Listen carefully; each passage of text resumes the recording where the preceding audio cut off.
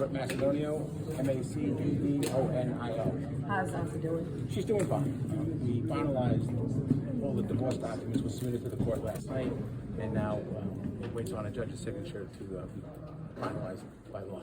And what are her thoughts going into this trial hearing today? She's interested to learn about the DNA process. Obviously, one of her hairs and one of her daughter Victoria's hairs were some of the evidence that were found on some of the victims. So she's interested to learn that process, how they got to determine it was her or Victoria's hair that was on some of these victims' bodies. Looking at Shantae, how important is it that she's going to be here through this? You always said when we got to this point she would be here. Looking at Shantae, she has a difficult time throughout this whole process, believing the husband that she was married to for 29 years now was capable of committing these horrific acts. It's more concerning that her hair and her daughter's hair were found on some of these victims, so this process is very important to getting closure for her and her family.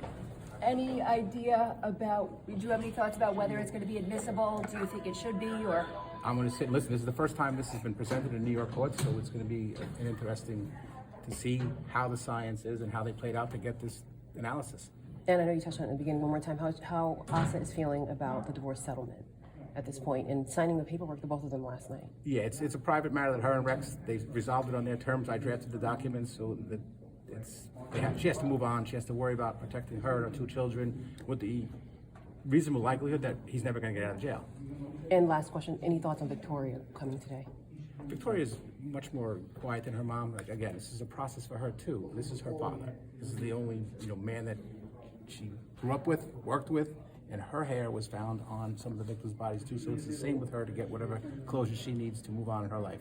Have they seen him? They haven't seen him yet today. So no. They haven't visited him? They've seen him in the jail, yes, but How they many haven't seen him. Recently, or? I'm not sure the last time they saw him, but they have seen him. Okay, thank you. Thank you.